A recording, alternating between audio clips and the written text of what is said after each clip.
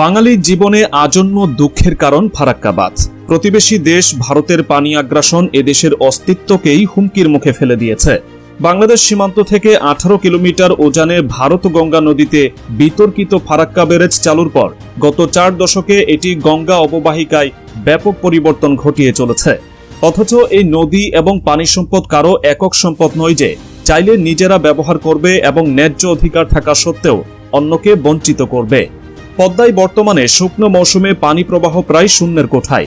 এর বিরূপ প্রভাবে দেশের দক্ষিণে ও পশ্চিমাঞ্চলে পানি সংকট দেখা দিয়েছে।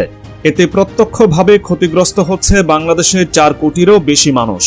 একে একে শুকিয়ে যাচ্ছে পদ্মা ও এর শাখা নদীগুলো। অসংখ্য নদ নদী দেশ বাংলাদেশে আন্তর্জাতিক 57টি নদীর মধ্যে 54টির মূল উৎস তিব্বত, নেপাল, ভুটান ও ভারতের পর্বতময় অঞ্চল, যার ফলে পানির অবাধ প্রবাহে ফারাক্কার মতো বাঁধগুলো প্রতিবন্ধকতা সৃষ্টি করছে। এই বাঁধের প্রভাবে দেশের মানচিত্র থেকে প্রায় 49টিরও বেশি নদ নদী হারিয়ে গেছে এবং আরো প্রায় 100টি ছোট বড় নদী একই পরিণতির দিকে দ্রুত এগিয়ে যাচ্ছে। বাকিগুলোরও মরণ দশা। কোনোটির বুকে জেগেছে চর এবং ইতোমধ্যে সেই চরগুলোতে জনবসতিও শুরু হয়েছে। আর এই নদীগুলো খালের মতো একাধিক ক্ষুদ্র ধারায় প্রবাহিত হচ্ছে। এদিকে শুকনো মৌসুমে নদীতে পানির পরিমাণ কমে যাওয়ায় ভূগর্ভস্থ পানির পরিমাণ ও উচ্চতাও কমে যাচ্ছে। এদেশের পাতাল পানিতে আর্সেনিক বিষের ঘনত্ব আশঙ্কাজনক হারে বেড়ে যাওয়ার অন্যতম কারণ ফারাক্কা। স্রোত না থাকায় এদেশের নদীগুলো তলদেশে পলি জমে এর উচ্চতা বেড়ে যাওয়া ও নদীর সংখ্যা হ্রাস পাওয়ায় প্রতি বছর অত্যধিক হারে নদী ভাঙনের ফলে কোটি কোটি টাকার সম্পদ বিনষ্ট হচ্ছে। শুধু তাই নয়, বর্তমানে বাংলাদেশে 3 দিকে প্রায় 30টি ছোট ছোট ফারাক্কা নির্মাণ করেছে ভারত, যার প্রকাশ্য প্রভাব প্রতি বছরই এদেশে পরিলক্ষিত হচ্ছে। ফারাক্কা সমস্যার সূত্রপাত ঘটে 50-এর দশকের গোড়ার দিকে। গঙ্গা নদীর উপর ফারাক্কা বাঁধ নির্মাণের উদ্যোগের খবর জেনে তৎকালীন পাকিস্তানি সরকার এর তীব্র প্রতিবাদ জানায়।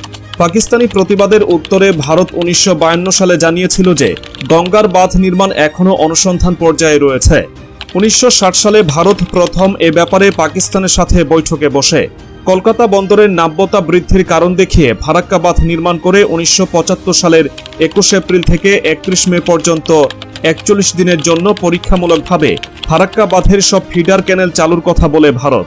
কিন্তু বাস্তবতা হলো ওই 41 দিনের পরিবর্তে 44 বছর পরও বাঁধটি চালু আছে। ফারাক্কা বাঁধ চালু হয় মরহুম রাষ্ট্রপতি শেখ মুজিবুর রহমানের আমলে। পরবর্তীকালে বাংলাদেশের ও আন্তর্জাতিক চাপে ভারত বাংলাদেশের সাথে একাধিক পানি চুক্তি করলেও ভারত কোনো দিনই সেই চুক্তি মোতাবেক বাংলাদেশকে পানি দেয়নি। 1976 সালে রাষ্ট্রপতি জিয়াউর রহমানের আমলে বিষয়টি আন্তর্জাতিক ফোরামে উত্থাপনের ফলে পানি বন্টনের ক্ষেত্রে যে অর্জন আসে, পরবর্তীকালে হুসাইন মোহাম্মদ এরশাদের আমলে সমঝোতার মাধ্যমে সে অর্জনকে দুর্বল করে ফেলা হয়। 1977 সালের পানি চুক্তিতে গ্যারান্টি ক্লজ থাকায় এই অর্জন সম্ভব হয়েছিল। 1990 সালে এরশাদের পতনের পর 1991 সালে বেগম জিয়া বাংলাদেশের প্রধানমন্ত্রী হন। 1992 সালের মে মাসে নয়াদিল্লিতে বেগম খালেদা জিয়ার সাথে ভারতের প্রধানমন্ত্রী নরসিমহা রাওয়ের এক বৈঠকে গঙ্গা ও তিস্তা সহ অন্যান্য প্রধান নদীর পানি বন্টনের জন্য সমতা ভিত্তিক ও দীর্ঘমেয়াদী ব্যবস্থা গ্রহণ করার ব্যাপারে উভয় পক্ষ